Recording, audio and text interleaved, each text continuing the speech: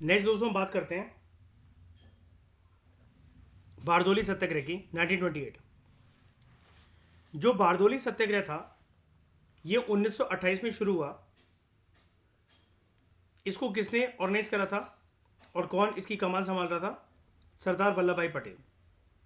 ये वही पर्सन थे जिन्होंने पोस्ट इंडिपेंडेंट इंडिया में सारे के सारे प्रिंसी स्टेट्स और इंडिया को एज अ यूनियन बनाने के लिए एक रियासतों से एक एग्रीमेंट साइन करवाया था। बताओ उस एग्रीमेंट का नाम क्या?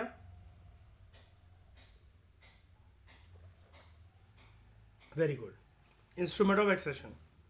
तो it demonstrated the power and potential of non violence in the cause of peace and self respect. इन्होंने ये चीज़ दिखाई कि कैसे नॉन वायलेंट तरीके से भी पीजेंट्स जो है वो अपनी सेल्फ रिस्पेक्ट को पा सकते हैं। स्ट्रगल करने का भी एक तरीका होता है। मैं जो है पीजेंट रिवोल्ट की अपराइजिंग्स की कमान संभालूंगा और मैं पीसफुल तरीके से बताऊंगा कि उनको रियलाइज़ करवाऊंगा और प्रशासन से उनके राइट्स दिलवा कर उनको दूंगा। इस स्ट्रगल में जो किसान थे इन द रूरल गुजरात वो इकट्ठा होते हैं against the oppressive agrarian policies of the colonial state. Bardoli taluk जो कि गुजरात में जो एक जगह थी, यहाँ पर क्या हुआ था, बाढ़ भी आई थी और अकाल भी पड़ा था 1925 के आसपास, which negatively impacted crop yield and this affected the farmers financially. लेकिन आप जानते हो अंग्रेज़ों का रवैया हमेशा क्या होता था, लैंडलॉर्ड्स का, जमींदार्स का, कि हमें कुछ नहीं लेना देना तुम्हारी इन परिस्थितियों से, हमें तो अपना रेवेन्यू शेयर जो है वो चाहिए ही चाहिए, राइट।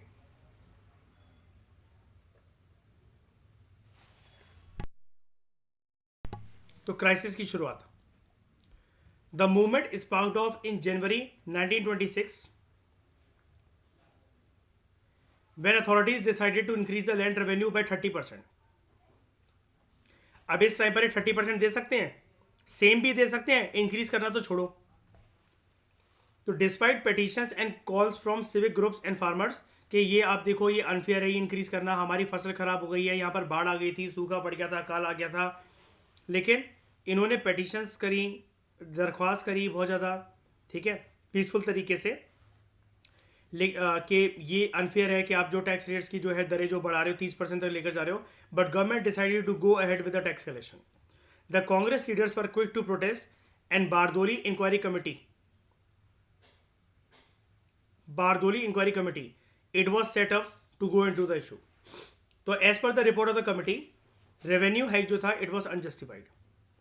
ये कमिटी बनी, कमिटी ने अपनी इंक्वायरी में क्या देखा कि जो 30% का जो लैंड रेवेन्यू जो रेट बढ़ाया जा रहा है, 30% तक जो बढ़ाया जा रहा है, ये अनजस्टिफाइड है। फार्मर्स अभी इस पोजीशन में है ही नहीं कि वो इतने पैसे दे सकें इनको। पॉलिटिकल सीन पर आते हैं सरदार वल्लभ भाई पटेल। फरवरी 1926 की बात है, जनवरी 1926 में सब कुछ शुरू हो गया था। तो फरवरी 1926 की बात है, वल्लभ भाई पटेल को बुलाया गया कि आप इस मूवमेंट को लीड करो। Patel only agree to take on the leadership role after receiving assurances from the peasants कि तुम अपनी मूवमेंट के साथ कमिटेड रहोगे, बीच में भागोगे नहीं, भगोड़े नहीं बनोगे। पटेल ने यह भी बताया अगर एक बार हमारा आंदोलन शुरू हो गया तो इसके पॉसिबल कॉन्सिक्वेंसेस भी जान जाओ, such as confiscation of the land and property, और हो सकता है कि तुम्हें जेल में भी डाल दिया जाए। He ask a peasants to show courage and sacrifice. Peasants कहीं जो है वो डगमगाने लग गए थे जब पटेल ने सरदार वल्लभ भाई पटेल जी ने उनको रूबरू करवाया सच्चाइयों के साथ। तो सरदार वल्लभ भाई पटेल उनसे बोलते हैं कि तुम किस चीज के लिए डर रहे हो, तुम किस चीज के लिए डर रहे हो कि तुम्हारी जमीन जो है वो चली जाएगी या तुम्हें जेल में डाल दिया जाएगा, तुम्हारे पास खोने के लिए है ही क्या। चलो ठीक है, तुम ये आंदोलन मत करो, रिवोल्ट मत करो, तो तुम ये 30% टैक्स कहां से लाकर दोगे, तब भी तो तुम्हारी जमीन जानी है। तो he said in Gujarati, confiscation, इससे डरते हो कि जमीन चली जाएगी। You waste thousands after marriage ceremonies, then why worry if the government officers take away goods worth rupees 200 और 500। तुम इतना सारा पैसा जो है वो खर्च करते रहते हो शादी में, सेरेमनीज पे, इधर उधर। तो अगर 200-500 रुपए का तुम्हारा अगर सामान सरकार हत्या भी लेती है, यानी कि एग्रीकल्चर प्रोड्यूस की अगर बात हो रही है, तो इससे तुम्हें क्या निराश होने वाली बात है? और अगर तुम्हें फिर भी आंदोलन का पार्ट नहीं बनना है तो कोई बात नहीं, मैं भी लीडर बनने में कोई इंटरेस्टेड नहीं हूँ। तुम 30% टैक्स की दरें जो उन्होंने बढ़ा दी अगर तुम दे सकते हो तो तुम शौक से दे दो उनको। The women of Bardoli gave him the title of Sardar, कि ये हमारे लीडर।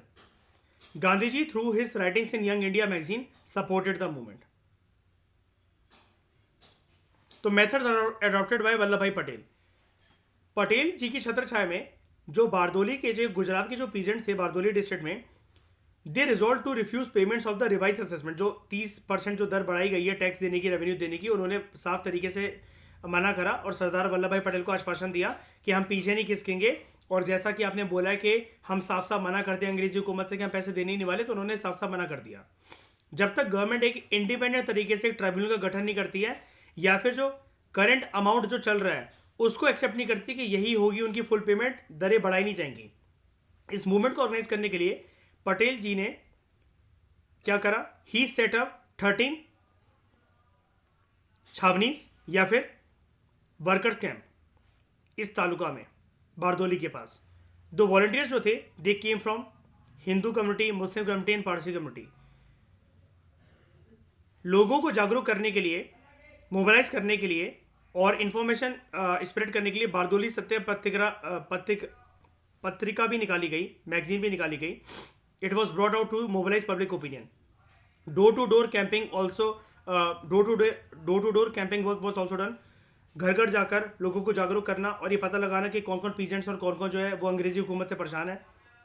किसानों को ये बोला गया, they were asked to take oath in the name of God that they would not pay the taxes. तुम्हें किसी को भी झुकना नहीं है, क्योंकि अगर एक भी पर्सन अगर ये जो 30% की जो टैक्सेस जो दरें जो बढ़ाई गई हैं अगर ये दे देता है तो उसमें बाकी किसानों की हार है। An intelligence wing was set up to make sure all tenants followed the movements resolution. Patel ji ने ऐसा करा कि मतलब एक तरीके से कि ये देखने के लिए कि सारे के सारे जो किसान है वो साथ दे भी रहे हैं, कोई चोरी छुपे ऐसा तो नहीं है कि पैसा भर रहा है। तो इसके लिए एक इंटेलिजेंस विंग भी बनाया गया कि मतलब छुपी छुपी खबर निकाली जा सके कि कोई जो किसान है वो अंग्रेजों को जो है वो पैसे देने तो नहीं चला गया था डर के मारे। तो those who oppose the movement they faced a social boycott. बाकी किसान जो है उन्होंने इनका बॉयकॉट करा कि तुम हमारे गांव से निकल जाओ, तुम किसान होने के नाते हमारा साथ नहीं दे सकते हो तो तुम क्या करोगे, तुम्हें किस चीज़ का डर है, तुम अगर दे पा रहे हो, तुम इतने सक्षम हो तो बाकी किसान तो नहीं दे पा रहे, तो तुम सिर्फ अपना अपना फायदा क्यों देख रहे हो। Special emphasis was placed on the mobilization of women too. औरतों को भी जोड़ा गया।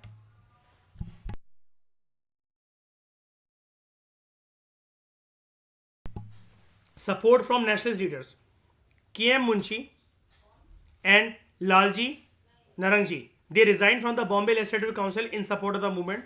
अगस्त 1928 में massive tension had build up in the area Bardoli में। There were prospects of a railway strike in Bombay. Gandhi ji जो है वो बारदोली पहुंचते हैं to stand by in case of any emergency. The government was looking for a graceful withdrawal now. It set the condition that first the enhanced rate be paid by all the occupants। जो कि जो peasants हैं वो ready नहीं थे कि हम तो नहीं देंगे तुम्हें रेंट। और तब सरकार ने बोला कि उसके बाद जो हम एक कमेटी जो है वो उसका गठन करेंगे पूरे अफेयर को देखने के लिए। तुम पहले जितना पैसा, जितनी दरें बढ़ाई गई हैं तुम उतना पहले पे करो। किसानों ने बोला हम तो पे नहीं करेंगे, क्योंकि गांधी जी तो सपोर्ट कर ही रहे थे, गांधी जी तो बाद में आए थे, लेकिन पटेल ने तो साफ साफ तरीके से बोला था ना कि किसी को भी झुकना नहीं है, इनकी बातों में आना नहीं है, अंग्रेजों की बातों में। तो कमेटी जो है जो सेटअप करी जाएगी वो उसका नाम था मैक्सवेल ब्रूमफील्ड कमेटी, ठीक है, लेकिन अभी करी नहीं गई है। रिजल्ट क्या हुआ? जो एक कमेटी थी, एक्चुअली सरकार जो है वो घुटने टेकने को तैयार थी, तो उसने देखा कि किसान जो है वो एक्चुअल रेंट जो है वो तो देने नहीं वाले, या जो रेवेन्यू है वो तो देने नहीं वाले। तो कमेटी का गठन होता है। The committee found the revenue hike unjustified and it recommended a rise of 6.03% only. जो लैंड जो छीना गया है गरीब छोटे मजले किसानों से, it was given back to the peasants. And after the success of the Bardoli satyagraha, Patel emerge as a national leader. He showed his remarkable organising skills. और यहाँ पर किसी भी प्रकार का सबसे अच्छी बात है कि वॉयलेंस नहीं हुआ। तो गांधी जी जो है वो पटेल को अपने साथ रखने लगे और पटेल को भी एक दिग्गज नेता का दर्जा मिलने लगा, क्योंकि गांधीवादी तरीकों से इन्होंने मदद करी सबकी। ड्रॉबैक्स क्या थे इस मूवमेंट के? The movement was focus on the conditions of the rich and the middle class farmers and largely neglected the poor farmers. It did not raise the problem of Hali Pratha, a kind of bonded labour system, जो कि बारदोली में गुजरात में जो है प्रथा, हाली प्रथा जो चल रहा था गुजरात के अंदर, बारदोली के अंदर. और ऐसा बोला जाता है that movement was an experiment on satyagraha as a method of freedom struggle and the basic problem of the peasants were not addressed. लेकिन काफ़ी हद तक सरकार ने तो घुटने टेक ही लिए इस कमेटी का गठन करके, और ये बोला गया सिर्फ 6.03% जो है उतनी दरें बढ़ाई जाएंगी, और जो लैंड है जो छीना गया किसानों से उनको वापस दिया जाएगा. और कमेटी कौन सी थी? Maxwell Bloomfield committee. अवध किसान मूवमेंट. अवध किसान मूवमेंट जो है it was founded in 1920 by Baba Ramchandra. Other leaders जो एसोसिएटेड थे इसके साथ देवर जवाहरलाल नेहरू, माता Badal Pandey, Deo Narayan Pandey and Kedarnath. Cause of the movement: very high rents, illegal levies, renewal fees और nazrana and arbitrary evictions from the land और बेदखली. इन सब की मदद से क्या हो रहा था, जो कल्टीवेटर्स हैं उनकी ज़िंदगी बद से बदतर होती जा रही थी. तो अवध किसान सभा ने किसानों को बोला कि तुम ये जो कि तुम जो है जो तुम्हें निकाला जाता है फोर्सफुल तरीके से, तो मना कर दो कि हम तो अपना लैंड छोड़कर नहीं जाएंगे. रिफ्यूज़ टू टेल बेदखली लैंड, कि जिसमें दूसरे किसानों को निकाला गया है और किसी और किसान को कल्टीवेटर बनवाकर जो खेत है उसकी सिंचाई करवाई जा रही है, तो मना कर दो. मतलब किसान भाइयों का सपोर्ट करें. Not to offer hari and begar forms of unpaid labour and to solve their dispute through panchayat. Result क्या हुआ? Peasant movement became violent, houses of taluqdar and merchants were assaulted and bazaars were robbed. The movement was later suppressed by the British owing to the government repression and passage of the Awadh rent amendment act. ठीक है. सहजानंद सरस्वती, ये एक अलग से एक case study form में एक आपको फैक्चुअल इन्फॉर्मेशन दे रखी है, अच्छी इन्फॉर्मेशन है ये. सहजानंद सरस्वती 5 दिसंबर 1920 की बात है. बिहार में पटना में Dasnami sanyasi Sahajanand Saraswati he encountered Mahatma Gandhi for the first time. पहली बार इनकी मुलाकात होती है, ये महात्मा गांधी से रूबरू होते हैं. नाम था इनका दसनामी सन्यासी सहजानंद सरस्वती. सहजानंद ऑलरेडी फेमस थे पटना में, बिहार में, for socio reform circles in Bihar as an energetic activist educator who was working to promote Bhumihar Brahmin identity. तो inspired by Mahatma Gandhi radical reformulation of Indian nationalism, जिसमें satyagraha, boycott, picketing of liquor shops और जो भी मतलब पैसिव रेजिस्टेंस की जो भी नई नई बातें जो आ रही थी, ये गांधी जी के तरीकों से काफ़ी ज़्यादा इंस्पायर्ड होते हैं. तो ये जो स्वामी है, ठीक है, S Sahajanand would soon come to be known, मतलब इन्हीं का नाम बोला जा रहा है स्वामी. दसनामी सन्यासी सहजानंद सरस्वती जी का नाम बोला जा रहा है यहाँ पर स्वामी. He threw himself into the nationalist politics and the Indian National Congress.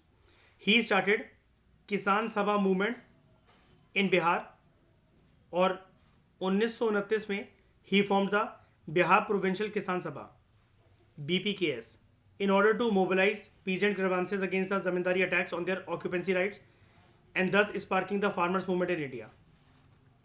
ये ऑर्गेनाइजेशन बहुत ही कम समय के अंदर लार्जेस्ट ऑर्गेनाइजेशन बन गई, सबसे बड़ी इंडिया की, जो कि किसानों के हक के लिए लड़ाई करती थी. और इसकी वजह से इनका नाम ऊंचा हुआ. दसनामी सन्यासी सहजानंद सरस्वती जी का, इनको स्वामी बोला जाने लगा और नेशनल पॉलिटिक्स में इनका काफ़ी योगदान रहा, जो कि माना गया कि ये लड़ते हैं किसानों के अधिकारों के लिए. Gradually the peasant movements intensified and spread across India. Andhra Pradesh के अंदर it launch an anti settlement agitation against zamindari जुल्म, जो वो जुल्म करते हैं, वही मतलब राइट्स वगैरह को छीनना, उनके रेवेन्यू को है बढ़ाना, उनको निकाल देना उनके ज़मीनों से, बेकार सिस्टम को प्रैक्टिस करवाना. 1927 में इन्होंने मूवमेंट ऑर्गेनाइज करी. Also powerful struggle was initiated. अच्छा, आंध्र प्रदेश की बात क्यों आ रही है यहाँ पर? क्योंकि जैसा कि हमने पढ़ा, it became the largest organisation of its kind in India. तो यानी कि इसका पैन इंडिया का नेचर जो है वो बन चुका था कुछ सालों में. Also a powerful struggle was initiated against the oppressive forest laws in South India in 1927. और कुछ पीजेंट स्ट्रगल्स कौन कौन सी हुई? एक थी एका मूवमेंट. ये एक पीजेंट मूवमेंट थी which surface in Hardoi, Bahraich and Sitapur during the end of 1921. It was headed by Madrasi Pasi. Cause of the movement: main reason for the movement was high rent. It was generally higher than 50% of the recorded rent in some areas. Operation by ठेकेदार्स who were interested to collect rent. It contributed to the movement. Result क्या हुआ?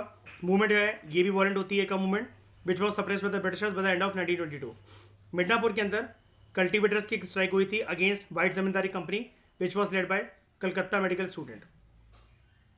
उसके बाद forest loss को DeFi करा गया and it became popular uprisings in Andhra Pradesh. Peasants of the tribals in some areas of the Rajasthan, they began movements for securing better conditions of life. ये कुछ दूसरी पीजेंट रिवोल्ट्स और सत्याग्रह थे जो कि ऑर्गेनाइज करे गए. तो ये छोटा सा चैप्टर था. नेक्स्ट चैप्टर के अंदर हम लोग पढ़ेंगे सिख रिफॉर्म मूवमेंट्स के बारे में, या फिर गुरुद्वारा रिफॉर्म्स जो आते हैं जिसके लिए सिख डिमांड करते हैं, उसके बारे में हम पढ़ेंगे चैप्टर नंबर 20 में. ठीक है, तो इस डिस्कशन में दोस्तों फिलहाल इतना ही. Thank you very much for discussion. Comprehensive तरीके से हमारा चैप्टर कंप्लीट हुआ.